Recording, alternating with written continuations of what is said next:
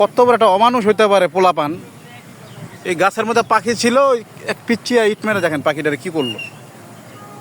মানুষ কত খারাপ। দেখো তো বাবা, একটু দেখো তো, দেখো তো, দেখো তো পাখিটা বেঁচে আছে নাকি, দেখো তো কত খারাপের খারাপ।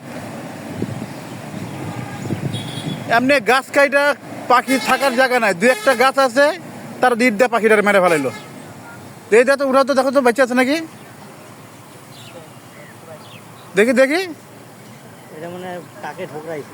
আরে ইট মারছে একটু আগে, এক শুয়ারের বাচ্চা, একটা ওই শুয়ারের বাচ্চা ওদিক গেছে, একটু আগে ইট মারছে শুয়ারের বাচ্চায়। নিয়ে আসো তো, দেখে দিয়ে আসো তো, জান আছে নাকি দেখি। মাথা লাগছে না, তাও নিয়ে আসো দেখি, আমি দেখি। এদিকে আনো, ইট মারছে না। দেখো না, দেখো নাম্বারের খারাপ। কত খারাপের খারাপ। আরে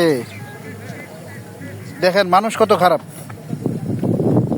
পাখিটাই যে এখানে উঠতেছিল, এই যে এইখানে এক ঝাঁক পাখি,